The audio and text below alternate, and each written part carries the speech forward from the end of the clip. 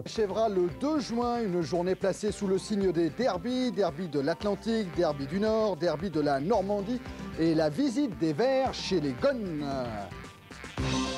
31 buts inscrits, record battu. L'ancien 30 buts datait de la 3e journée du championnat. Décidément, c'est une sacrée soirée avec 28 avertissements seulement. Auxerre ce soir accueille Montpellier qui reste sur 2 défaites consécutives. Auxerre-Montpellier, Denis Balbir. L'efficacité à Auxerre, c'est d'abord celle de la neige, mais ça s'efface comme on le voit ici. Et Martini, lui, s'habitue sur le terrain annexe au ballon orange, sorti des tiroirs dans ses cases extrêmes. L'arbitre, M. Saul, réfléchit. Il a déjà donné en galère. Match Lille-Marseille à rejouer et panne d'électricité à Valence-Bastia en Coupe de France. Il donnera quand même le coup d'envoi et il va expliquer pourquoi. Bien, la sécurité des joueurs va être quand même assurée parce que la neige, ce n'est pas le gel. Au contraire, quand on tombe, ça amortit les secousses.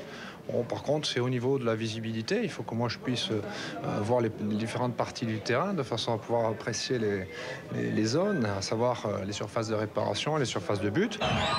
L'efficacité, on y revient. À peine 11 minutes de jeu, la neige est fixée, mais elle s'arrête de tomber ou presque. Coup franc de Vairua, Verlatte en déséquilibre, ou presque.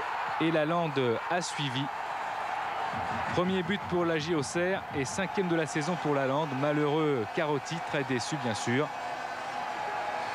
Sur le ralenti, on va revoir la belle frappe de Vairua et l'opportunisme de Lilian Lalande qui marque là son 4e but de la saison. Lalande préféré à Baticle par Giroud ce soir. Lalande, il est là après cette tentative de parade de Barabé et le poteau. Corner de Corentin Martins, tête du capitaine William Prunier sur la barre transversale.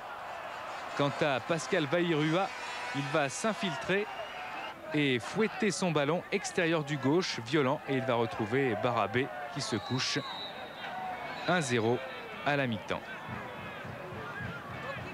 Montpellier qui rêve de Coupe de France essaye de maîtriser la boule de feu. Un bon coup franc de Périlleux mais capté par Martini, bien placé. Réaction des Montpelliérains avec ce centre de Roseau. Ziobert est un petit peu court. Il tend pourtant la jambe gauche. Gérard Gilly, lui, regrette que son équipe fasse trop de cadeaux. Regardez le départ de Martins. À l'arrivée, le public le siffle. Il n'a pas donné sa balle assez vite, mais il s'accroche. Et le voilà, le cadeau, avec ce contre favorable. Passe décisive, sa 2e de la saison pour Lalande. 2e but de la soirée pour Lalande, son 5e depuis le début de la saison. Lui qui en a inscrit déjà 16 en Division 3. Lalande qui aurait même pu signer un hat-trick. Conclusion de cette victoire par Giroud, l'entraîneur, qui ira superviser Ajax dimanche. C'est surtout qu'on ne savait plus ce que c'était. Hein, on est comme un prisonnier de guerre qui redécouvre une femme. Vous voyez, à peu près la même sensation. La victoire, quand on l'a oubliée, ça fait du bien et on l'a obtenue avec toutes les vertus qu'on avait oubliées, c'est-à-dire la solidarité, la combativité, contre une équipe de Montpellier qui d'ailleurs a manifesté les mêmes qualités. Victoire à l'extérieur, c'est exceptionnel.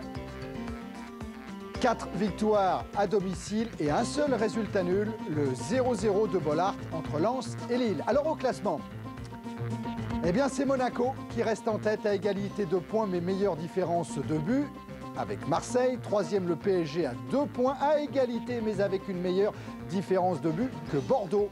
Nantes voit revenir Saint-Étienne. Toulon, Nîmes, Le Havre en grosse difficulté même si Lille et Valenciennes ne sont pas très loin.